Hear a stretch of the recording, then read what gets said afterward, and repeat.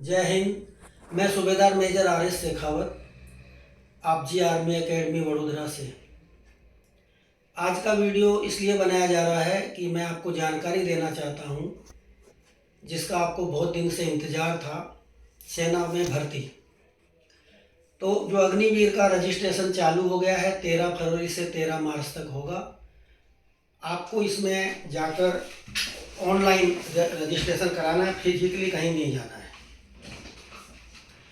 इसमें ध्यान में रखने वाली बात, एक तो जब आप साइबर कैफ़े में रजिस्ट्रेशन कराने जाते हैं तो आपको सर्वर अभी डाउन मिलता है, तो आपको पैनिक नहीं होना है।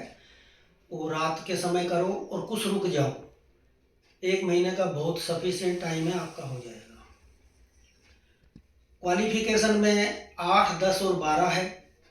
मिनिमम 8वीं पास ट्रेड्समैन के लिए है, जिसके अंदर आपका कुक और सफाई वाला हाइजीनिस्ट, कुक को शेफ बोलते हैं, ये होगा।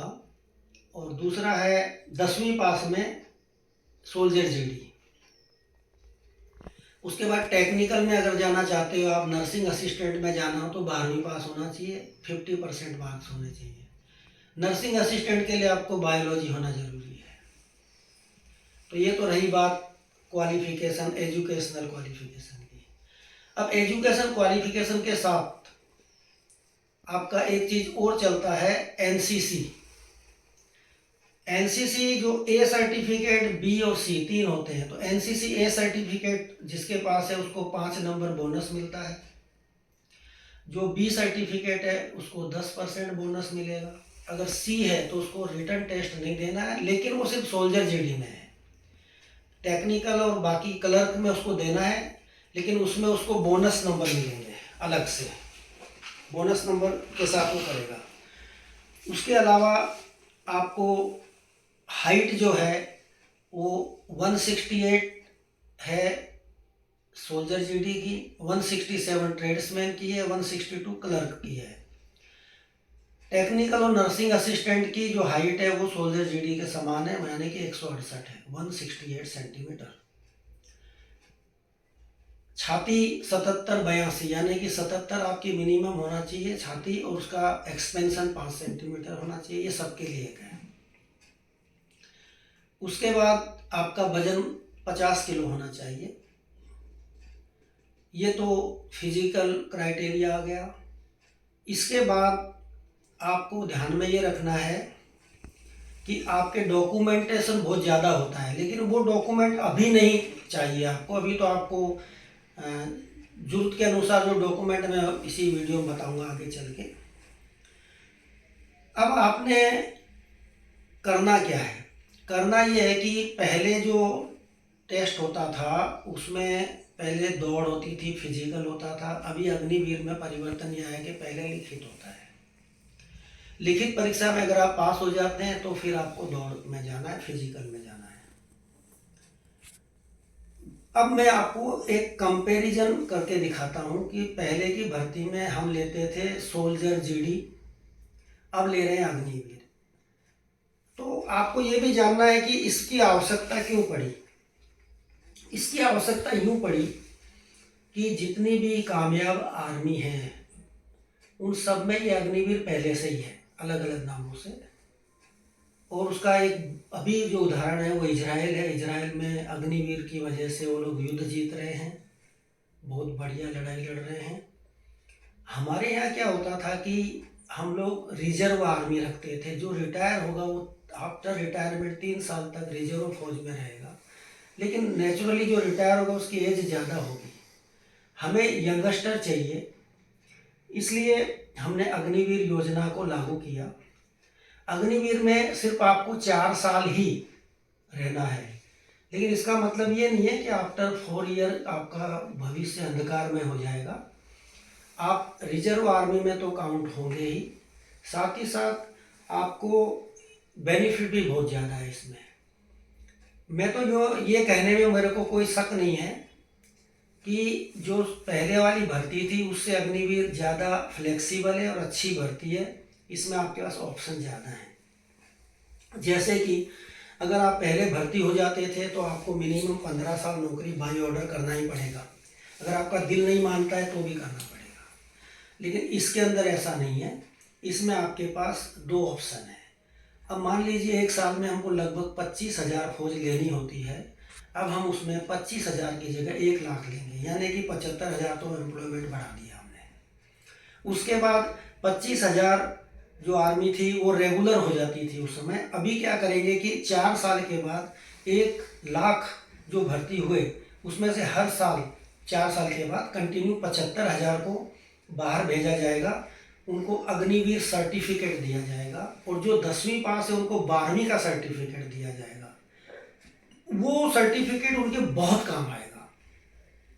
बाहर जो है जितनी भी गवर्नमेंट जॉब है स्टेट और सेंट्रल की, उन सब में जो आरक्षण होगा वो 10% होगा, उसको अग्निवीर का स्पेशल आरक्षण होगा। उसके अलावा अगर उसको कोई बिजनेस करना है तो वो लोन भी ले सकता है। लोन में ऐसा है कि बैंक ऑफ बड़ौदा या अच्छी कोई भी बैंक है, सरकारी बैंक, उसमें आप जब जाते हो तो आपको कम पैसों पर, मतलब कम रेट ऑफ इंटरेस्ट पे आपको ब्याज उपलब्ध कराया जाएगा।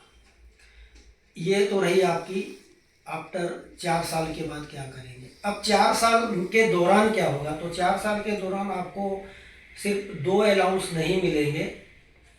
एक तो आपको एमएसपी नहीं मिलेगी मिलिट्री सर्विस पे, और एक डियरनेस अलाउंस नहीं मिलेगा। लमसम अमाउंट मिलेगा वो 4 साल तक का, वो मैं आपको बता देता हूँ। पहली साल आपको 30,000 रुपये पर मंथ मिलेंगे। दूसरी साल 33,000 पर मंथ मिलेंगे। तीसरी साल 36,500 पर मंथ मिलेंगे। चौथी साल 40,000 पर मंथ मिलेंगे। और एक मुश्त आपका जो 40,000 तनख्वाह है उसके बीच का जो वेरिएशन है वो जितना बनता है उतना प्लस करके आपकी सुरक्षा निधि में डाला जाएगा। यानी कि वो पैसा आपको इकट्ठा होके पूरा 4 साल के बाद जो पैसा बचे इकट्ठा होगा, जैसे कि फॉर एग्जांपल पहली साल आपको 30,000 तनख्वाह मिली, अब 40 की जगह आपका जो कंट्रीब्यूशन हुआ, जो वेरिएशन कंट्रीब्यूशन हुआ उस वो और सरकार अपनी तरफ से भी डालेगी, वो पैसा एक मुश्त आपको मिलेगा। साथ ही साथ आपको 48 लाख का बीमा कवरेज भी मिलेगा। और 4 साल के बाद जितनी भी प्राइवेट फर्म्स हैं वो भी आपको अलाउ करेंगी। वो अलाउ करेंगे यानी कि उसमें आश्वासन की बात नहीं है, क्योंकि आप 4 साल के बाद जो अग्निवीर निकलेगा उसको सभी लोग रखना चाहेंगे, क्योंकि एक वेल ट्रेंड सोल्जर, वेल अच्छी स्किल, अच्छा डिसिप्लिन, 4 साल की मस्त ट्रेनिंग बढ़िया तरीके से वो आएगा तैयार होकर, तो हर आदमी चाहेगा कि वो हमारे यहाँ नौकरी करे। उसकी उम्र भी बहुत कम होगी, क्योंकि अगर 17.5-18 में भर्ती हुआ था तो 22 साढ़े 22 में बाहर आ जाएगा। तो उसको बाहर जॉब की पूरी अपॉर्चुनिटी है। और मुझे कहने में कोई शक नहीं है कि मेरे ख्याल से तो जो 4 साल बाद बाहर आकर जॉब पकड़ेगा वो ज़्यादा सुखी रहेगा, क्योंकि उसके पास आर्मी का भी स्टेटस मिल गया उसको, सिविल में भी अपना अच्छा सर्विस करके देश सेवा कर सकते हैं। देश सेवा का मतलब यही नहीं है कि आप बॉर्डर पे जाके गोलियां चलाएं। देश सेवा का मतलब ये भी है कि आप टाइम से इनकम टैक्स भरें, अच्छी नौकरी करें, कहीं भी काम करें, सेवा करें, पब्लिक प्रॉपर्टी को नुकसान ना पहुंचाएं, पॉपुलेशन को मदद करें, सिटीजन्स को मदद करें, सीनियर सिटीजन को अपने जहाँ भी आपको मिलते हैं उनकी रेस्पेक्ट करें। ये भी सब देश सेवा में आता है। देश सेवा एक बहुत बड़ी बात है। देश सेवा में बहुत सी चीज़ें आती है, सिर्फ एक ही बात नहीं आती है। उसके बाद मैं बता दूं, एनसीसी वाले जो हैं उनको डाउट रहता है, उनका भी सेम टू सेम है, कोई फर्क नहीं है। एनसीसी का जो ए सर्टिफिकेट है उसको 5 नंबर बोनस जरूर मिलेगा, पहले भी मिलता था अब भी मिलेगा। बी वाले को 10% नहीं 10 नंबर मिलेंगे। और उसके बाद जो सोल्जर है, सिपाही, उसको रिटन टेस्ट नहीं देना है, लेकिन टेक्निकल क्लर्क्स को देना है। रिटन टेस्ट आप जब क्वालिफाई कर लेते हैं तो फिर आपको फिजिकल के लिए जाना होगा। फिजिकल में आपको क्या करना है, उसमें आपकी वही सेम टू सेम आपको जो दौड़ होगी 1.6 किलोमीटर यानी 1 माइल आपको दौड़ना है, उसका 60 नंबर होगा। और आपको 10 पुलअप्स लगाने हैं। 10 पुलअप्स में भी यह है कि आपको 40 नंबर पुलअप्स के हैं, लेकिन उसमें ध्यान ये रखना है कि मिनिमम आपके 6 पुलअप्स होने चाहिए। 6 पुलअप्स अगर आप करते हैं तो आप पास होंगे और आपको नंबर 16 मिलेंगे। अगर आप 1 पुलअप्स और बढ़ा देते हैं, देखिए पुलअप्स की वैल्यू एक पुलअप्स और बढ़ाया यानी कि 7 पुलअप्स आपने किए तो आपको 5 पॉइंट मिलेंगे यानी कि 21 नंबर मिलेंगे। उसके बाद आपने एक पुलअप्स और बढ़ाया यानी 8 कर दिए तो आपको 21 और 6 27 मिलेंगे। उसके बाद 9 पर आपको 33 और सीधा अगर आपने 10 लगा दिए तो आउट ऑफ 40 टू 40 मिलेंगे।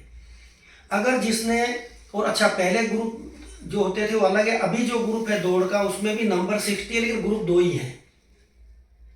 दोनों ग्रुप में आपको जो है पहला ग्रुप में आप आते हैं तो आपको 60 नंबर मिलेंगे, दूसरे में आएंगे तो आपको 48 मिलेंगे।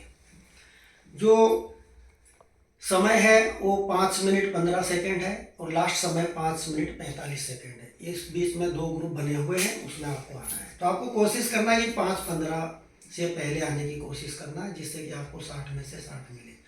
और जो 10 पुलअप्स और आपने 60 मार लिया तो आपका मेरिट में सोल्जर जीडी का आसानी से आ जाएगा नंबर। क्लर्क्स में तो नहीं होगा, फिजिकल का सिर्फ क्वालिफाई मानते हैं, लेकिन सोल्जर जीडी के लिए बहुत बड़ा फायदा है इसमें कि अगर आप 100 में से 100 फिजिकल में ले लेते हैं तो आपकी मेरिट में 100 नंबर मिलने से आप रिटर्न में अगर थोड़ा पेपर हल्का भी है, कम नंबर भी है, तो मेरिट में आने के पूरे चांस बन जाते हैं। तो ये तो रही आपकी फिजिकल।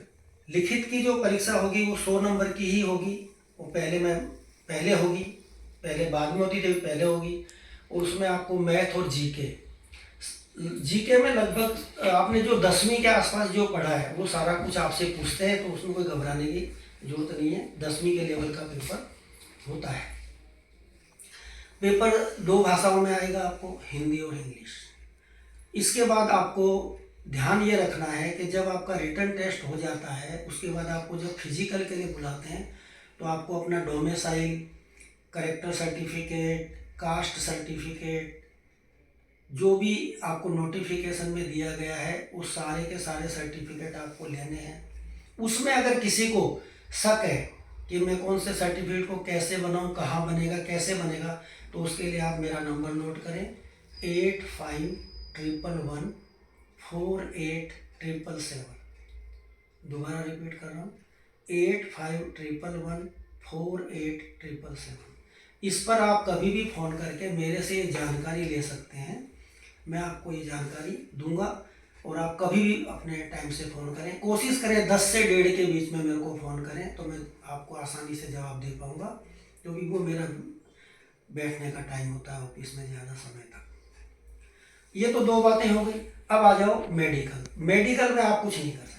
मेडिकल में आप सिर्फ एक काम कर सकते हैं कि जब आप मेडिकल में जाते हैं तो अपने कान साफ करवा के जाएं, नहा धो के जाएं, साफ़ सुथरे होके जाएं और बाल वगैरह साफ़ करके जाएं और बढ़िया नहा धो के जाएँ जिससे कि डॉक्टर को भी अच्छी इम्प्रेशन पड़े उसके ऊपर। और जब आपको मेडिकल में डॉक्टर साहब चेक करते हैं उसमें कोई कमी निकालते हैं आपकी, तो वहाँ MBBS डॉक्टर होते हैं, वो अपना डाउट क्लियर करने के लिए आपको रेफ़र करेंगे। तो आपको घबराना नहीं है कि मेरे को रेफ़र कर दिया तो क्या होगा, मैं तो अनफिट हो गया। नहीं, आप अनफिट नहीं है, आपको रेफरल बनवाना है, मिलिट्री हॉस्पिटल में जाना है, जो स्पेशलिस्ट डॉक्टर हैं वो आपको रखेंगे। मेरा तजुर्बा ये है कि जब 10 लड़के रेफरल में जाते हैं तो 7 उसमें फिट हो जाते हैं। उसका दलाल लोग नाजायज़ फ़ायदा भी उठाते हैं, आपको ऐसे ही हवा में बोल देते हैं हाँ आपको मैं मेडिकल में पास करा दूंगा। उनको पता है कि 10 में 7 तो हो ही जाने हैं, उनके वो पैसे भी ले लेते हैं। तो आप ऐसे ट्रैप में मत आना। आर्मी की मैं गारंटी लेता हूँ कि कोई भी आर्मी के अंदर 2 नंबर का काम नहीं होता है। अगर आप फिट हैं तो हिट हैं। अगर आप किसी अधिकारी के ही बच्चे हैं, अगर आप अनफिट हैं तो सेना आपको कभी भी नहीं लेगी। तो ये मेरी बात आप बिल्कुल मानना। तैयारी करने के लिए आपको फुल तैयारी करना चाहिए। अभी रजिस्ट्रेशन भर गया है, आपको रिटर्न की तैयारी के साथ साथ दौड़ने की प्रैक्टिस शुरू में ही कर लेनी चाहिए, जिससे कि आपको ऐन मौके पर दिक्कत ना आए। क्योंकि माना गया है कि 97% बच्चे दौड़ में रह जाते हैं सेना की। तो दौड़ का विशेष ध्यान रखें। और जो डॉक्यूमेंट बनाते हैं उसमें ध्यान रखें 2 करेक्टर सर्टिफिकेट बनते हैं। एक करेक्टर से सर्टिफिकेट तो स्कूल से मिलता है तो लोगों को शक हो जाता है, नहीं, एक वो तो मिलता है, दूसरा आपको सरपंच से, काउंसलर से, उनसे लेना होता है। अनमेरिड सर्टिफिकेट पक्का लेना है और उसके बिना नहीं जाना है। एक एफिडेविट बनेगा वो लेना है, डोमिसाइल लेना है, ओरिजिनल मार्कशीट लेके जाना है। तो जो भी डॉक्यूमेंट है वो पूरे पहले एक फाइल बना लेनी है। उसको फाइल में अगर आपको मदद चाहिए तो आप मेरे से संपर्क कर सकते हैं। अगर आपको ट्रेनिंग लेना है तो हमारा बैच चल रहा है, आप इसमें आ सकते हैं, आपको तैयारी हम करवा देंगे। और कोई घर पर तैयारी करना चाहता है, किसी कारणवश नहीं आ पा रहा है, तो वो फ़ोन के ऊपर हमसे गाइडलाइन ले सकता है, उसमें हमें कोई दिक्कत नहीं है। क्योंकि हमारे पास भी इतनी जगह नहीं होती है कि हम सबको ट्रेंड कर लें। हम लोग एक बैच 30 से 40 का बढ़ाते हैं, उससे बड़ा बैच हम नहीं बनाते हैं। हमारा मिनिमम 30 के आसपास और 40 है मैक्सिमम, उसके बाद हम बैच नहीं लेते हैं। हम इतने पे ही काम करते हैं। मेरा खुद मैं अपने ऑब्जर्वेशन में करता हूँ और मुझे ऐसा लगता है कि 30 से 40 बच्चों के साथ मैं भी कंफर्टेबल रहता हूँ। तो आप यहाँ पर आकर यदि एडमिशन लेना चाहें तो भी ले सकते हैं। अगर मार्गदर्शन चाहिए तो आप फ़ोन पर ले सकते हैं, आपको कोई झिझक नहीं होना चाहिए। हमारा कुछ ऐसा मानना नहीं है कि जो एकेडमी में आएगा उसी की मदद की जाए, ऐसा कुछ नहीं है। और हमारे एकेडमी के अंदर जो फाइनेंशियली कुछ तकलीफ़ वाले लोग हैं उनको हम कंसीडर भी करते हैं। जो हमारी वार विडो हैं उनके बच्चों को यहाँ पर सिर्फ हॉस्टल का पैसा भरना होता है। वार विडो मतलब जिनके पापा फौज में रहते हुए शहीद हो गए हैं, उन बच्चों के लिए हमारे यहाँ फीस एग्जम्प्टेड है, हम उनकी फ़ीस नहीं लेते हैं। उनको सिर्फ हॉस्टल का ही पैसा भरना होता है। एकेडमी का जो 30,000 हमारा फीस है वो हम उनसे नहीं लेते।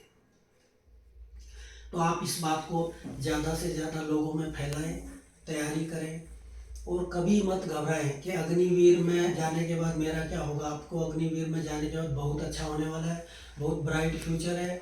भारत सरकार कोई भी डिसीजन जो लेती है वो सोच समझ के लेती है। ये अग्निवीर देश हित में भी है, क्योंकि अगर आप लोग 4 साल के बाद 75,000 अगर टोटल मारें तो 10 साल में हमारे पास 7.5 लाख अग्निवीर होंगे, जो प्राइवेट नौकरियों में होंगे, सरकारी नौकरियों में होंगे, सिविल नौकरियों में होंगे। वो जब भी जरूरत पड़ेगी देश की मदद करेंगे, बॉर्डर पे भी मदद करेंगे। और जिनको रहना है वो 25% वहाँ रिटेंशन भी होगा। तो दूसरी बात मैं और एक नई बताना जा रहा हूँ आपको, कि आपको सुन के अचंभा होगा कि 4 साल के बाद जो रिटेंशन 25% होना है उसमें अनविलिंग वाले मेरे हिसाब से 70 से 80% होंगे। यानी रुकना ही नहीं चाहेंगे लोग, क्योंकि इतनी ज़्यादा अपॉर्चुनिटी सेना को मिल रही है अग्निवीर को आफ्टर 4 ईयर, कि मेरे को नहीं लगता 70 से 80% बच्चे वहाँ नहीं रुकेंगे। तो जनूनी हैं, जिनको ऐसा लगता है वही रुकेंगे। तो आप ऐसे बिल्कुल ये ना सोचें कि मेरे को 4 साल बाद मैं बेरोज़गार हो जाऊंगा। आप बिल्कुल बेरोज़गार नहीं होंगे, मेरा वादा है। मैं आपको बता रहा हूँ, मैं कोई बरगला नहीं रहा हूँ। मैं एक आर्मी का 30 वर्ष मैंने सेना में सर्विस किया है। मैं आर्मी एजुकेशन कोर का रिटायर्ड सूबेदार मेजर हूँ। मैं आपको बिल्कुल भ्रमित नहीं कर रहा हूँ। किसी को अगर इस बारे में और भी शक है तो मेरा फ़ोन नंबर मैंने दे दिया है, आप मेरे से बात करें। आप अग्निवीर में जाएं, किसी के भड़कावे में नहीं आए। पीछे जब अगर हमारी ये स्कीम चली थी तो होता ये है कि हमारा दुर्भाग्य इस देश का है कि जितनी भी अकेडमियाँ चल रही हैं वो सिविलियंस चला रहे हैं, बिजनेसमैन चला रहे हैं, इन्वेस्टर चला रहे हैं। उन लोगों ने भ्रम फैलाया क्योंकि उनको पता ही नहीं था अग्निवीर है क्या। लोग बिना पढ़े लिखे फालतू की बातें करने लगे, जिससे लोग भ्रमित हो गए, बच्चे भ्रमित हो गए। लेकिन अभी ऐसा कुछ नहीं है। हमारी एकेडमी में बच्चे आ रहे हैं, आराम से अपनी ट्रेनिंग कर रहे हैं। आपको सिर्फ एक ही शक था कि मेरा 4 साल बाद क्या होगा, तो मैं सूबेदार मेजर शेखावत आपको बता रहा हूँ 4 साल बाद आप रुक गए तो भी बढ़िया है, नहीं रुके तो आपको बाहर आप बेरोजगार नहीं घूमोगे। बिल्कुल चिंता मत करो, अपनी तैयारी करो मज़े से। और जहाँ से मदद की लेनी है आप हमसे मदद भी हम देने को तैयार हैं आपको। आप तैयारी करें, बढ़िया अपना फ्यूचर बनाएं, अग्निवीर बने और देश की सेवा करें। जय हिंद, जय भारत।